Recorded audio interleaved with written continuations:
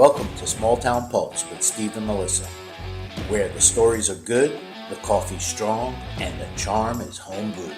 We bring you the heart of small town living, One story, one sip, and one beat at a time. Welcome to Small Town Pulse with Steve and Melissa, the show where we spotlight the people, stories, and talents that make our community thrive. Today we have a special guest joining us, local musical talent Josh Bogard. Josh has been making waves with his authentic sound, heartfelt lyrics, and deep roots in our small town culture. We're excited to dive into his journey, his music, and what inspires him. Josh, thanks a lot for being here after a late night last night. That's right, Tell us a little bit about yourself and how you got into music and whatever you like. For a handful of people, it might not have heard of you. Okay, well, of course I grew up, riding horses, and my papa listened to Patsy Cline and all the Up-Owens. My parents were real big into music as well, so I've listened to The Doors, to, classic rock, and I've always been a big fan of just music in general. I started picking up when my son was, my ex-wife was pregnant with our son, and I was working third shift and kind of didn't have anything to do during the day, so I went to a pawn shop and bought a $50 guitar and taught myself how to play. And that's kind of where the music started, and then did some karaoke and stuff, and had some friends go, man, you could make some money playing and drink at your local bar in J-Town. That's where it all started. It's not just going there and playing for alcohol or $50 and then whatever I wanted to do that night. So that's how I got started. Yeah, but it's it's kind of cool. Like when you do stuff like that, it's fun getting up there on stage when you want to. Like, I was terrified. Yeah. Well, the drinks help a little bit. Yeah, that's the reason why I got the free drinks. It always helps. You have to take a lot from me. But I'm It has its moments, trust me. Yeah, I wouldn't do karaoke. I'd scare everybody out of there. I've done other stuff. Yeah, not karaoke. Yeah, no. So, what?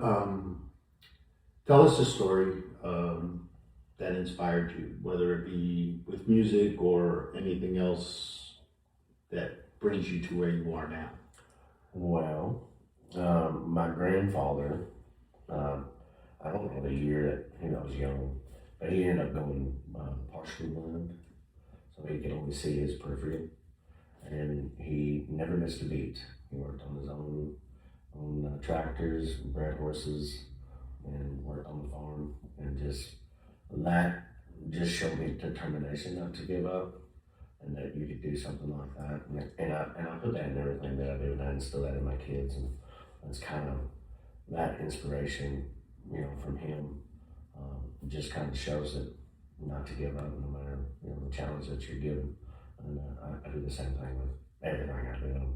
I want to tell you I'm into everything, and when I go into stuff I'm 100%. So and I'll do it until I'm the best at it or think I'm the best at it. But that's kind of where I got my inspiration, was through him, and he just kind of showed me that you can do it.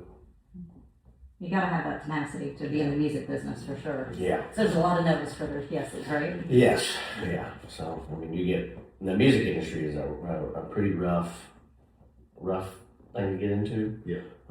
Not saying that it's bad, but it has its moments where you're going to get the negativity and then you're going to get the positive. So you kind of got to outweigh which one when I put out songs, sometimes to me, I always think that I could do better, and that's just my personality. I can always do better. I don't like that or that. And once you put it out, that's pretty much it. So, but you do get negativity, and try not to read into the negativity. And I'm bad about that. For the longest time, I don't much anymore. Shane actually, Lawson is the one who was like, dude, you just gotta stop reading comments. Like, just quit. Like, it's just gonna drive you. It might be a lot of good ones, and I get a lot of good ones, but you do have the ones, and we don't take the good ones and just leave it. You read 5 negative ones, and that can impact you. And they fester. Yeah. And they do, yeah, and it bothers you. So, just not reading the comments and in the music business, because it can be cutthroat. Yeah. Well, part of the thing is the people that making those comments I'd say 99% of them won't even come to your face and tell you No, those a same lot of- comments. I always, my parents always told me, and I believe that, you know, negativity is either jealousy Yeah. or they have something going on in their lives that they just need to be negative to make themselves feel better. Yeah. And that's how I look at it now. It kind of keeps you, okay, well, they got something going on in their life that make them be that negative. I'm just not going to comment, or I'll just say, well, sorry you feel that way. Yeah. You know, you got to, you know, kill them with hugs. So Yeah. try to. Try to. Just activate some more. Yeah, Which is fun. that's the thing that I do too. Is you smile and wave, you know. Yeah. Because that'll get under their skin worse than you are. I do that now, you know. At 43, I would say, at 23, it might have been. Totally different. Oh yeah. This is a whole big difference. Yeah. So I know you've not too terribly long ago you worked with our friend James Thornton at Warrior Rounds. Mm-hmm. You were one of the songwriters for their, I guess, 2025 performance. Yeah. How was that? Oh man. So that whole Warriors round is one of the, I don't know, that might be one of the best things I've done in a while coming to Music League, and I've done a lot of cool stuff. Just meeting somebody and them telling their story, regardless if it's bad or good, just learning something about somebody and then taking that and transferring it into a song, that gave me a lot of inspiration because I was in kind of a little music rut, I guess you'd say. All musicians usually get through. It could be a month or it could be years. And when they asked me to do this, you know, I've been a songwriter, it gave me something to not write about myself or make up a story, you know, about whoever. And Bill, who I did the song about, was in Black Hawk Town. I'm a huge military nut. I like all that stuff, you know. And just hearing Bill's story and being able to write something for him, it was extremely nerve-wracking because you're singing something for somebody and not to mess it up or not being good. So that was A new level of pressure. yeah. And when I wrote that song, I never told him like what I was going to write, or I didn't know his musical background, what he liked. Of course, he kind of knew my background. You know, we talked for like 5 hours. I cried and laughed and made a new friend, really. But I didn't sing the song, so I wrote it, and I wrote it and I took my time doing it. I didn't rush, and it was a couple months span, just editing things as I went. And the day of the show, he had his whole family with him, and he comes up and he goes, "Did you get the song and everything's done?" I said, "Yeah." He said, "You want to hear it?" He goes, "No, I'll wait. We waited this long." And he says, "If it ain't any good, my kids and I will just kick your butt in the parking lot." I'm like, "Awesome, like this is great." So look, thanks for the good press there. Right. But it was what James and them are doing at Warriors Round it's a blessing for people that can't tell their story or don't want to or hide things, because it gives them a chance to, as a songwriter for me, when I write a song, and a lot of stuff that I was embarrassed to talk about, and now I'm not. It's kind of like this is who made me who I am, bad or good. And so I kind of told, Bill my story, and to let these people that has been through some traumatic stuff or just want to talk. And it gets weight off your shoulders when you talk. It's almost like therapy for them, and you're talking to a total stranger that you don't know. And it was an awesome feeling. And so if you're a songwriter out there, I definitely say go try Warriors Round. Mm-hmm. I mean, I know they were doing it in Nashville. Broken Rose by Rascal Flatts is one of the songs that came out of Warriors Rounds, which is a beautiful song. Mm-hmm. And it was years later that the song got picked up, but Shannon Lawson's doing it this year. And I was able to do it again this year. Nice. So I got a Vietnam vet this year. And Stan is a talker. He could write a book. I can't wait to do his. But his story is happy. Like it's kind of it's two different sides of the spectrum when it comes to what I'm doing this year. And I'm excited that Bill actually texted me last night. But I'm excited to do Stan's too, because he's got very long history, and it's awesome. Like, so I can't wait to do that. Nice. When do you guys do the retreat? We already just did. We just Already did did the retreat? Yep, the retreat was fantastic, and I think the show's in October. And it's I think right you're right. here at Driscoll's. Yeah. So it's hometown. It's here. Yeah. And you're gonna hear some great songs about people's struggles in the military, and I think we got a couple military, and then a firefighter, I believe, on this one. So. Yeah, that's the one thing that he told us about when he was on, that it doesn't have to just be military, because everybody's fighting a battle somewhere, and if that battle needs to be told, then we tell it. Yeah, you got Gold Star families who's Yeah. lost somebody. I mean, I know Shane Dawson and Dusty Bowe. Their songs, man, made me cry. Mine was a little different. Mine was called Struggle, which is a really good song. I'm gonna be putting that out, so that'll be on hopefully soon. Nice. And I know when I spoke to you, we were talking about when we can get you on here, and you said before April would be good, before you start doing a little bit of touring here and there. Yeah, So you get busy. Yeah, you have a bunch of dates booked. I do, yeah. It's gonna be. It's nothing crazy far away, but it's just I stay busy during these times. It's to start getting warm out and playing. So I got some shows coming up next weekend. Mm-hmm. I got PBR 4th Street, and that's Wednesday, and then April 3rd I'm playing at Freedom Hall, and that will be for the Bourbon Beat Down, which is a demolition derby thing that they're doing. Bryson Dixon, that young kid that's 15, he's going to do the national anthem, and I think he'll probably go do a couple songs with us. So Saturday will be Chris Linton, so it'll be a good little time to get the family out and see some cars crashing each other. And then I saw in June you're going to be at Small Town Tavern. That's right. Is that going to be a parking lot party? No, I don't know. I haven't really discussed on what we're doing with that. I just, I haven't been there in a while, so I'm hoping to draw some people out. So if you listen to the podcast, come see me. We need to pack the place for them. I love supporting, my own city, and just making sure that we get people out and helping small businesses out here. That's like Linda's and fantastic stuff. I love you, Linda. Need my t-shirt again. Just helping small businesses. So they asked if I'd be willing to come down and play. So we're gonna do a show and hopefully get some people out. Yeah, it'll be fun. Mm-hmm.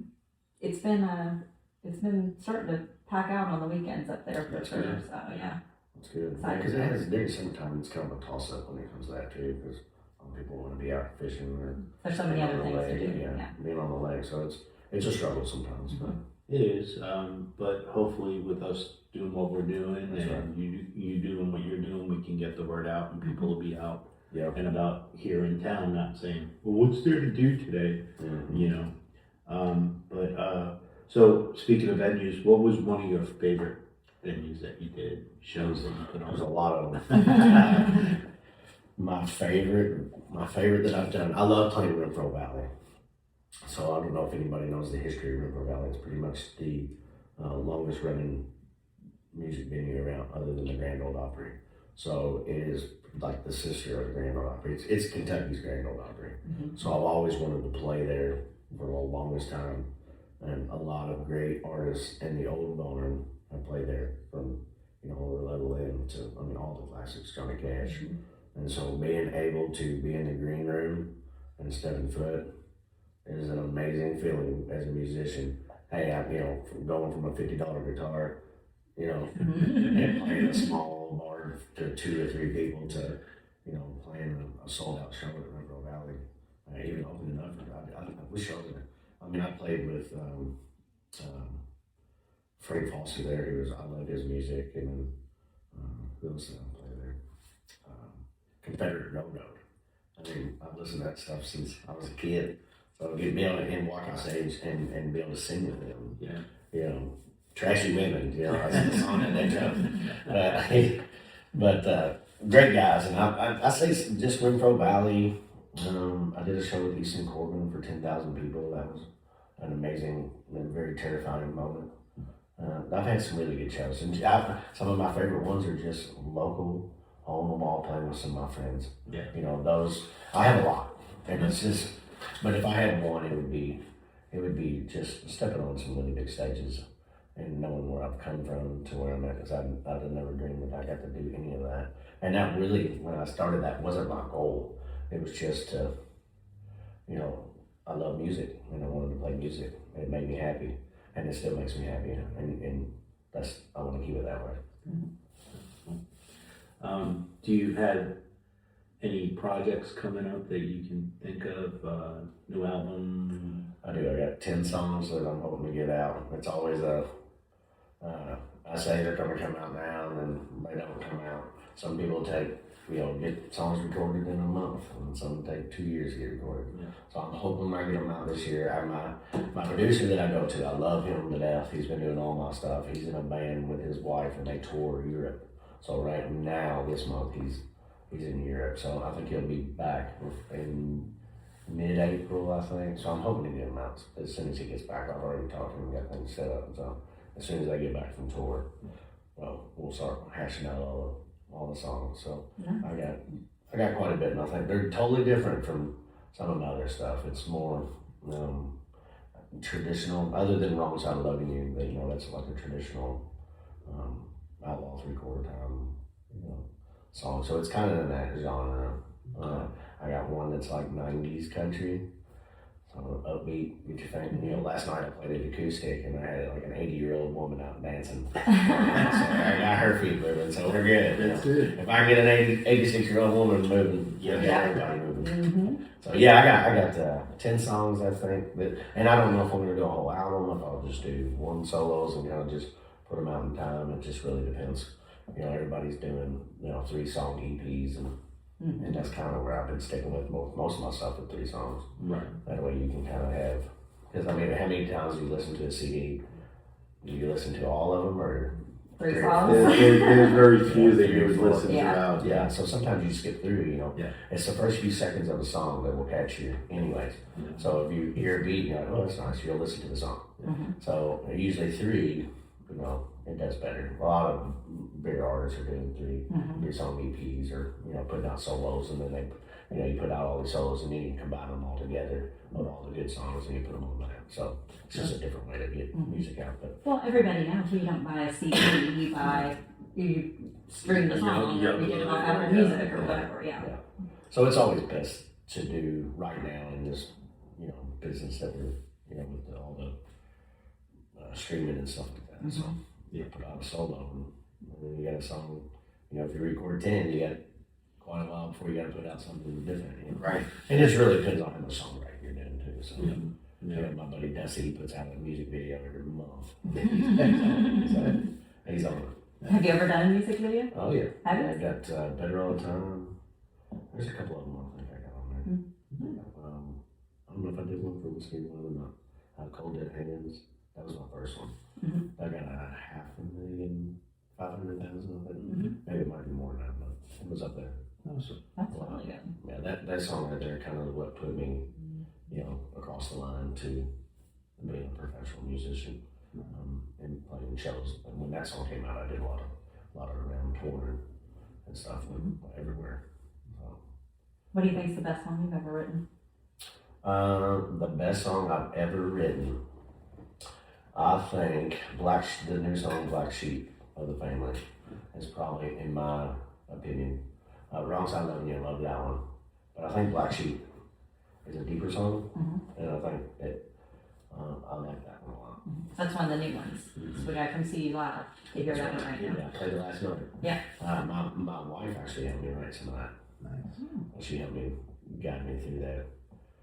So now I gotta pay her for the song makes sense. She's had way. Trust me, you're paying her anyway. So. Well, the good thing is when you work with a team like that, I admit the same thing with my wife. You do the same with your husband. It's the team you build around you is what makes you more than anything else. You need to do. Behind every good man is a strong woman. So, Yeah. and I'm glad that she, was able to sit down, and she's really good at helping me kind of put in the wording right too. Because I'm real quick, and then I go back and I edit what I need to do. So she's really good at kind of hearing from opposite side. She's not a musician. Right. You know, she doesn't have any background with that other than just that. Yeah. So having her go, okay, that don't sound right, or this don't sound right. So, and then helping me word things too. It was great Right. having that. You know, I'm used to other musicians and songwriters. Right. But I asked her if she wanted to write a song, here we are.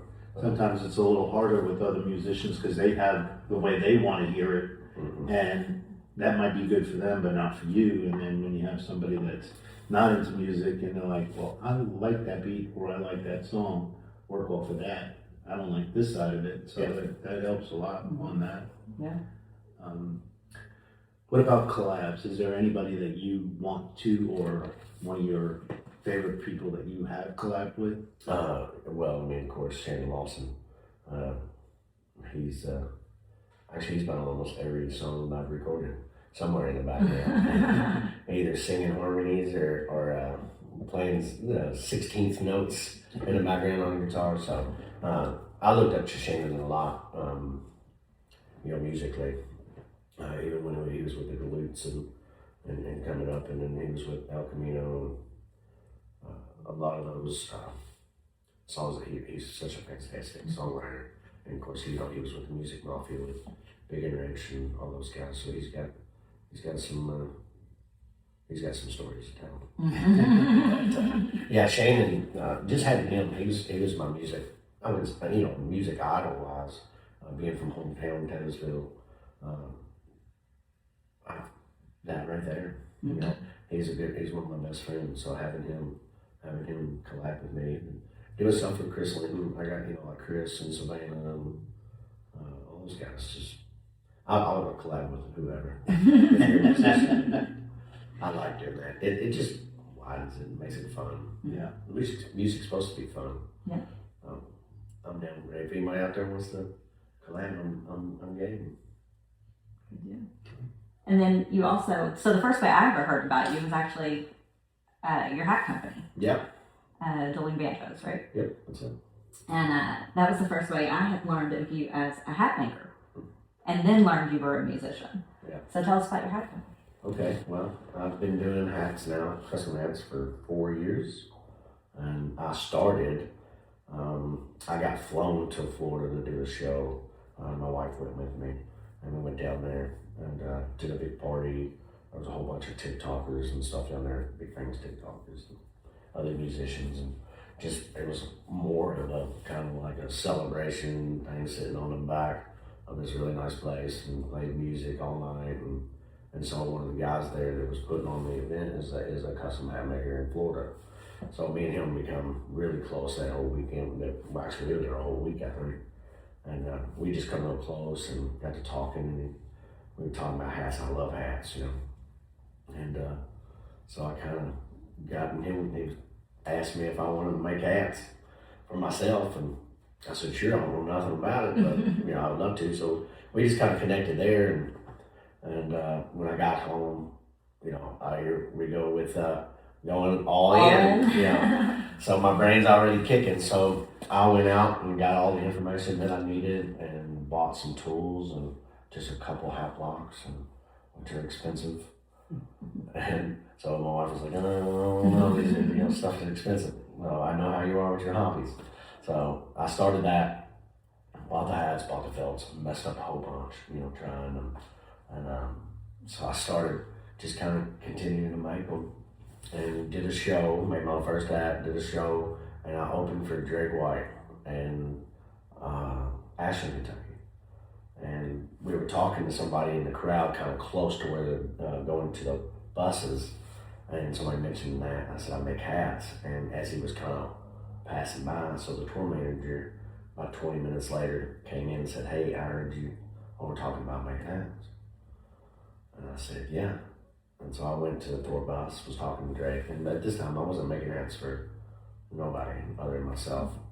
And so we got to talk, we got to meet Drake, which I love Drake, and started making hats for Drake. Just a couple, and then it was right after that, people started wanting more hats, and 4 years later, now I'm really good friends with Drake, and so I made hats for Gavin Adcock, Drake White, Brian Martin, Dusty Lee, the other Dusty, female version of Dusty Lee out of Nashville. So I mean, it's a lot. There's been a lot of artists and reaching out and random people too. It's awesome. So Another way for you to get your creativity out. that's right. Yeah. So it's when I'm not playing music, I can make it. So I've done some standard, regular, traditional stuff to very eccentric, cutouts and things glued to the hats and all kinds of different stuff. So just made one with a gator, and the guy likes guitars, so it's got tuning keys that actually turn Oh, cool. on it. So and then I put strings around the bottom of it. So just all kinds of stuff in, since he makes guitars. It's been a fun ride. I've met a lot of famous people through that, and a lot of different people through that. Did a hat for a guy who won Forged in Fire. Oh, nice. So that was, I love the Forged in Fire stuff on History Channel. And so I got to meet him and one of the guys that won it. And of course he's an artist too, forging knives and swords. And so I was kind of nervous about doing a winner of the Forged in Fire. Making a hat, he's going to critique my stuff. So, but that's how it got started. It's just by accident, really. Just making a hat for myself. I wore baseball caps my whole life. Other than like when I rode horses and stuff, I wore cowboy hats. But I always liked hats, and so I wanted something different. As an artist, you want to grow. Do stand out. Yeah, be yourself. And now I'm kind of, when people don't see me with a flat brim hat or a weirdo hat on, they don't recognize me. So, if I want to be chameleon, I just don't. You just wear a baseball cap. Yeah, so I've branded myself. But the thing about hats too is, I don't know if y'all have ever heard of Everett, the band Everett. So Brent and Anthony, I reached out to Brent, and they wore ball caps, and I'm a huge fan of Everett. And a lot of times I'll give discounts to veterans and musician friends and things like that. And so Brent, we got to talking, and he liked the cattleman crease, but he liked the fedora. And I'm like, why don't we just do both? So I did a cattleman's crease that went into a fedora pinch. And then it was like kind of not much of a common hat, but it's kind of, and he has bought 2 of those, and he's played it on a Grand Ole Opry, and he's been on the CMAs with it, so, and now he can't play without it.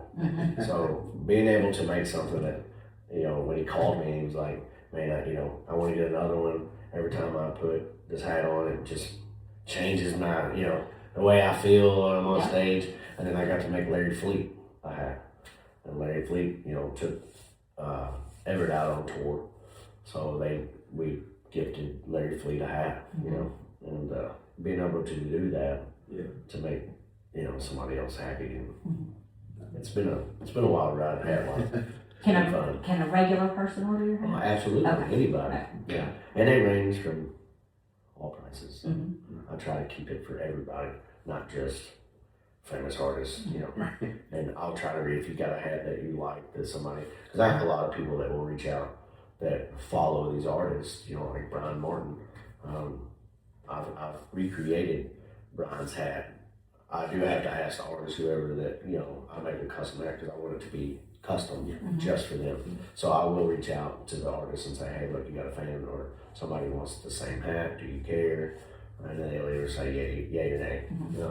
But I haven't had anybody say no. So, and I've actually, Brian Martin at one time wanted me to do like a couple thousand hats so he could sell them. And I'm like, man, I'm by myself. Let's find another hat company or something that has more. And then, because a lot of times you can get the bigger hat companies that will make that hat, but give us both a portion of that. Or kind of, that way they have more. Right. I don't have a factory. I don't have a factory to press these things. I'm doing it all by hand. But yeah, it's been a great ride. Very fun. So, and it goes hand in hand with music too. So I'll do a show and somebody will ask about a hat. Brittany Gilbert asked me about one day we were up backstage, and Brittany Gilbert walks up and he goes, kind of beeline to me and came over. He goes, "You look like somebody famous." I'm like, "Well, I'm not, but I'm glad he goes, well, you look the part, buddy." And so it was great. Brittany's a super nice guy too. But just to see things like that, it keeps you stands out. You gotta have a good hat sometimes. Yeah. Absolutely. Now, how would somebody go about ordering one of those? You can go to Facebook. My website's down right now. Okay. You can just go to Facebook or Instagram and just message me. I'll get it. So it's just doing banjo, and that's all you gotta type in. You can find me on all social media stuff. So. Okay. And then if somebody wanted to book you for a show, Josh Bogard. And just type it in that one there as long as you spell it right. Yeah. Yeah, I've been calling you Brogard most of the time. I'm like, you know, I see the R in there when it's not there. It's just because I see him as a bro. So, that's it. Now, I got a closet full of shirts that have my name spelled wrong. From all the shows I've done, I get Bogard, Bogard a lot. Shannon called me Bogard forever, and I never even corrected him. It was just a real laugh. Yeah. So I got T-shirts that had Boogaurd, all kinds of different spelling on it, but it's Bogard. Right. Yeah. Like Humphrey Bogart said, just change it to a D. Yeah. That's an easy way to remember. That's it. Yeah. So it's funny. I get a lot of that. I've had to do that on radio. You know, go to listen to your song while they're playing it on the radio and they say your name wrong. You're like, oh no. That's awesome. But, so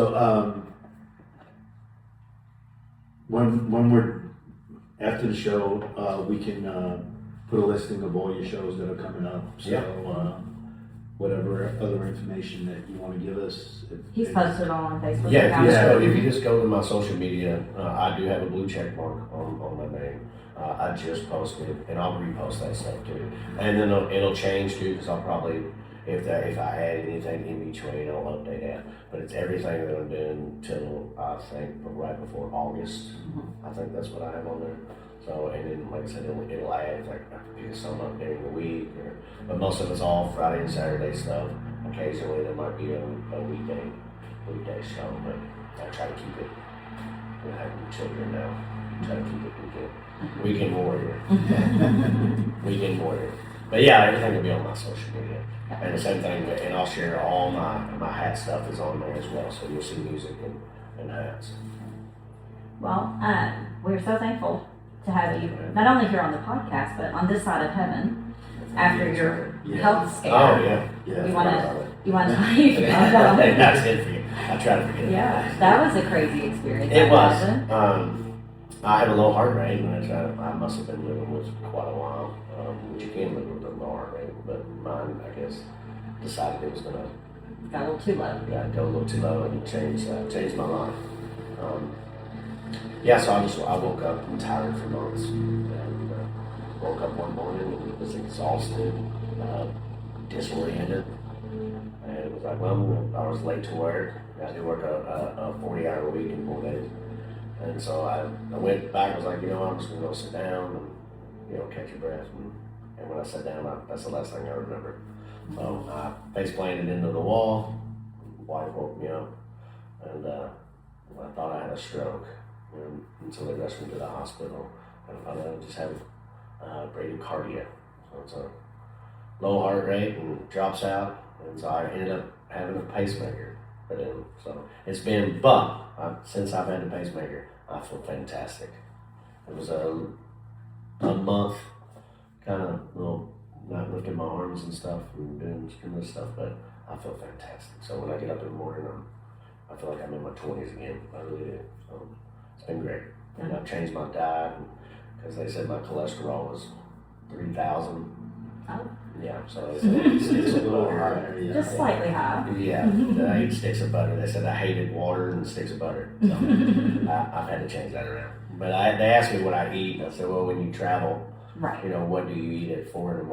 on your way home? It's gas station food, Buc-ee's or White Castle. That's really the only options that you have. And then when I'm at work during the week, I run around and it's gas station food or real quick fast food because you're trying to get in now. Yeah. And I'm horrible about that. And I do like fruit and I do like water. I just wasn't drinking enough of it. But I've changed that, and I've lost quite a bit of weight. So, which I feel like with that, I help you just. Feel better. I didn't realize, just cutting out, minimizing what your intake is, and change your whole dietary, mental health and everything. So just making yourself do it is the hard part. You realize that you become, it's almost like a habit. Like you get up in the morning and you go get like a coffee. You do that enough, that's going to be your regular thing because you got to have it now. And so just trying to divert that. So if I eat a heavy breakfast, I skip lunch. And then, I minimize, and I've lost a lot of weight just doing that because I was eating a big breakfast, and then I was tired, and then I eat a big lunch, and then I was tired, like extremely tired, and, I'm bloated and not feeling, and then if I go out that night, you eat a late dinner, Right. and I like to snack. Yeah. I don't know, for some reason I wake up at 2 in the morning or 3 in the morning, and I zombie to the kitchen. Are you? Yeah. I zombie to the kitchen and I grab a snack. And before it was, I'd grab a, chocolate or what I steal from my kids or whatever they have. And now I go to the fridge and I eat fruit. I've trained myself to go in there and eat cantaloupe or, strawberry, and I'll just eat enough of that and then zombie my way back to bed. So, and then I've cut out and I drink water. Right. So just doing that, but it's just having the pacemaker, changing my diet, I feel a whole much better. Yeah, it's been great. It was a blessing because I'm just glad I wasn't driving 20 minutes. If I'd have just struggled with my pants on and got in the truck and drove, I could have passed out and driving. Yeah, and we all know the back roads out here. There's tree lines on both sides of ditches. So I'm kind of glad we're there. I could have hurt somebody else and not even know it. Right. So I'm just thankful that it happened while I was at home and not driving or playing music and falling off stage. Right. Somewhere they can get you to help quick too. Yeah. So it was nice. My sister was a blessing. She's a nurse. So it's been do you have a big sister? You got siblings? I'm an only child. I Lucky. have a sister. Older? Younger. Yeah. I'd say mine's older. Yeah. She picks on me. I'll never do that. Yeah, my sister's back in New York. The one thing I do miss about New York is you had 24-hour diners, so you can get decent food at diners at 4 in the morning, 5 in the morning. Yeah, we used to live in the diners after 2. Yeah, my family's from New York. Oh yeah, what part? I had my cousin lives in Brooklyn, and my uncle's upstate. I don't know. He says it's country. I've never been. Okay. Yeah, my grandfather and my grandmother moved from New York to here. My grandfather, all of them. My great grandfather lived in New York, so everybody came, and that's where Bogard started. It was actually spelled differently, and then the brothers split. So we've been in Kentucky and Mount Washington since the 1800s. So they got Bogard Lane. Oh yeah. That's where my ancestors are at. And then we got a lot of them up in New York. And there's still some of them are still there spread out everywhere. I lived in Brooklyn. Really? Yeah. My cousin, I think he still lives in Brooklyn. He does some weird travel things. He's one of those, before he had a kid, he used to go to Europe and just get on a train and train it to places all over and hike it. I'm like, you know what I mean? I need a plan. Yeah. And he doesn't speak any other languages too. Like the language barrier and all that. That doesn't scare you. Well, nowadays it's a little bit easier. I know you said it was before he had a kid, so nowadays you can just talk to your phone and it'll translate for you. Yeah, I think he was doing that before. Yeah, before all that technology. Yeah, he was one and done with it. No. Well, a lot of places you go outside the country, they still do speak English. They make it hard on you, but they do speak. Yeah. You can find you. Well, I think so. Rocks at my door. well, thank you very much for joining us. And again, if you want to give your social media handles, so this way people It's know. just Josh Michael Bogard and then Dueling Banjo Hat Company. Everything I'll be on there. Yeah. Everybody give him a follow. Come see a show, Yes, come out, we have fun. and they can download music. All the normal All places? of them, Amazon, iHeart, Pandora, whatever you got on your phone, you can find it. YouTube it, however you want. Music videos. YouTube. That's right. Yeah. I got a Alright. couple on there. You get to see my face. With hats. With hats. That's Yeah. right. Well, Or maybe yeah, before. okay. I don't think I was wearing hats. Now I gotta do a music video with hats on it. Yeah. Yeah, I Dual think so. purpose. That's Yeah, it. there's some without the beard. My first video that's on there, I didn't have a beard, so it's gonna look weird. Oh, that is Some people weird. don't recognize me without a beard. Probably look like a baby. I do. Mhm. Yeah, I'm not allowed to shave. I branded myself with a beard now. Yeah, gotta keep it now. Stuck. Yeah, stuck. Well, thank y'all so much. Thank you, Thank you. appreciate it. That's all for today's episode of Small Town Pulse. Thanks for sharing a little bit of your day with us. We'll be back soon with more voices, more stories, and more of the heart that makes small towns shine. Until then, keep listening Keep smiling. and always keep your finger on the pulse.